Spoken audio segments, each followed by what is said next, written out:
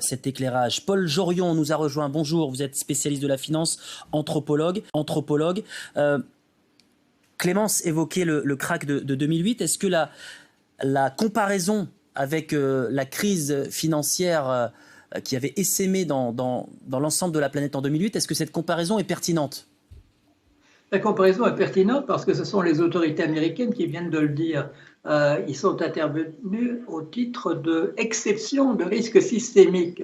Voilà, alors c'est rassurant parce qu'ils vont effectivement éponger l'ardoise pour les deux grandes banques qui se sont écroulées, donc Silicon Valley Bank et puis celle qui vient aussi de saisir simultanément à New York, Signature.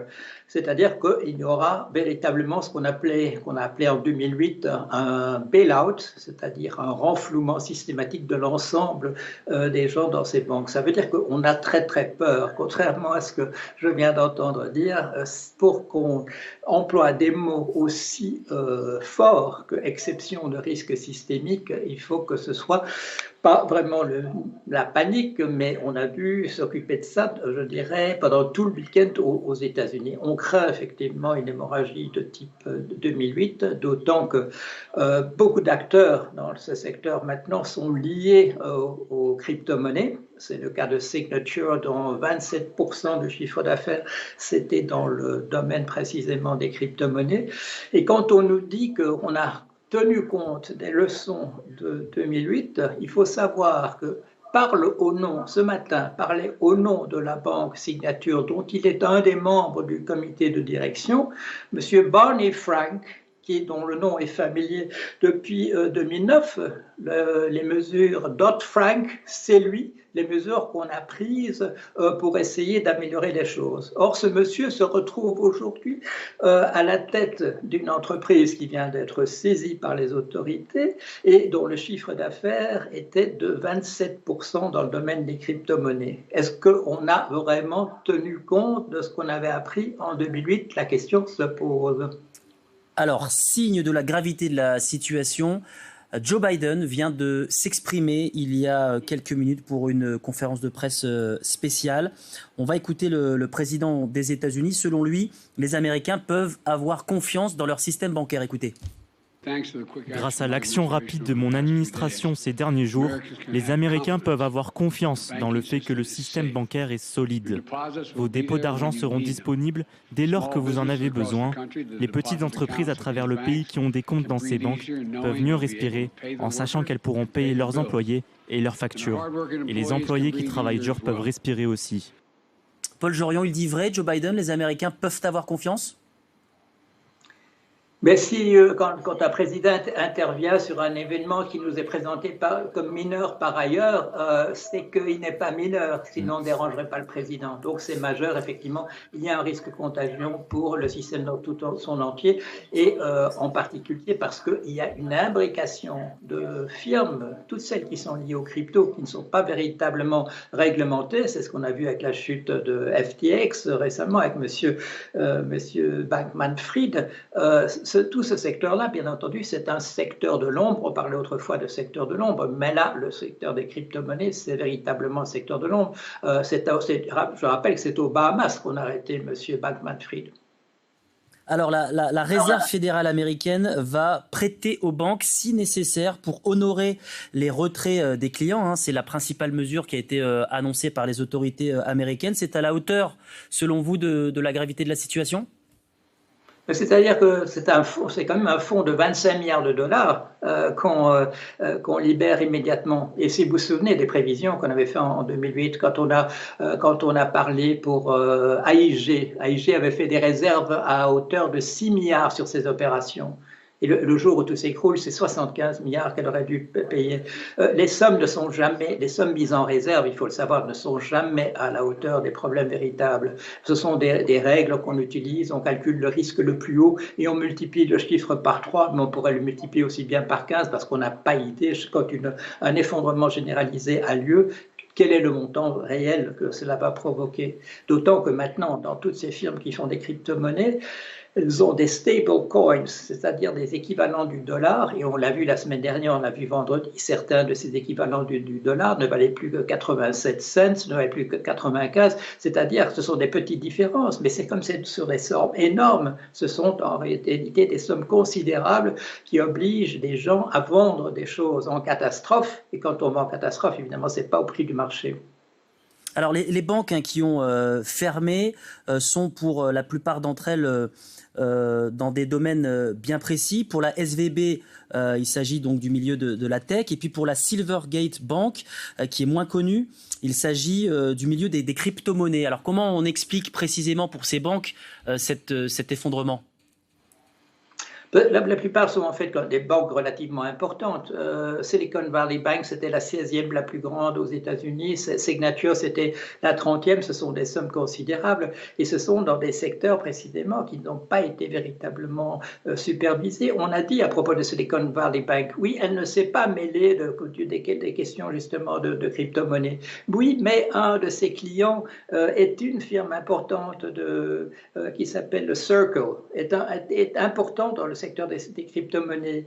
Et alors, un quart des réserves de cette banque se trouvaient dans le fonds de SVB. Alors, c'est pour ça, bien entendu, qu'on va régler tout ça rubis sur l'ongle, parce que un potentiel pour une réaction en chaîne était là, véritablement inscrit, non seulement dans ces deux banques-là, mais encore dans d'autres dont on va parler dans les jours qui viennent. Alors, pour qu'on comprenne bien ce qui se joue, c'est qu'il y a eu une vague de retrait qui a enchaîné les difficultés pour ces banques. Alors, on le rappelle, dans le milieu de la tech, ce sont des startups. Dans le milieu de la crypto-monnaie, on est donc dans le domaine de la monnaie virtuelle. Ça veut dire que dans ce milieu-là, les banques n'ont pas les reins assez solides pour faire face à des retraits considérables ? Mais quand vous employez l'expression monnaie virtuelle, non, ce ne sont pas les monnaies virtuelles, ce sont en fait des jetons, c'est le nom qu'on utilise en anglais, token, ce sont des jetons de casino, c'est ça. C'est-à-dire que ça n'a la valeur, ça n'a qu'une valeur, c'est ce que les gens croient que ça a. Et quand une firme comme FTX a comme capital principal, comme réserve principale, sa propre monnaie, dont la valeur repose sur la confiance dans l'entreprise, c'est tout qui s'écroule. Parce qu'il y a à l'intérieur de ce secteur bancaire, il y a la possibilité, je dirais, de dégager, en mettant en gage les choses qu'on a, des sommes beaucoup plus considérables que la valeur réelle de ces choses. Quand la Banque fédérale intervient ce matin, elle dit qu'on va pouvoir prendre pour l'ensemble des banques en dépôt des titres. Et ces titres vont être évalués pour ces mises en dépôt qui permettront de dégager de l'argent à leur valeur nominale, c'est-à-dire pas du tout à la valeur réelle que ça a sur le marché, mais ce qui est écrit dessus. Par exemple, 1000 ou 200, etc. On va prendre ça à la lettre, ce qui n'est pas du tout le prix dans un marché déprimé. Ça n'a pas du tout, quand il faut vendre à la casse, c'est pas du tout ça le vrai prix qu'on peut avoir. Il y a donc beaucoup de signes, à beaucoup d'endroits, qu'on est au bord de la panique du côté des autorités. La ministre est intervenue, tous les régulateurs et la Fédérale Réserve, la Banque centrale américaine, tous sont intervenus. Il y a une solidarité totale, c'est qu'on a très très peur. Alors on s'interroge évidemment sur les conséquences pour l'Europe et particulièrement pour la France.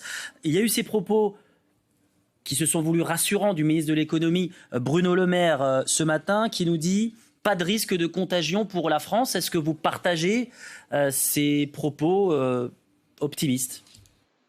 Est-ce qu'on n'a pas dit la même chose en 2007 ? Même moi qui avais écrit un livre sur l'annonce de la crise, j'ai parlé de la crise du capitalisme américain. C'est peut-être la seule erreur que j'ai faite.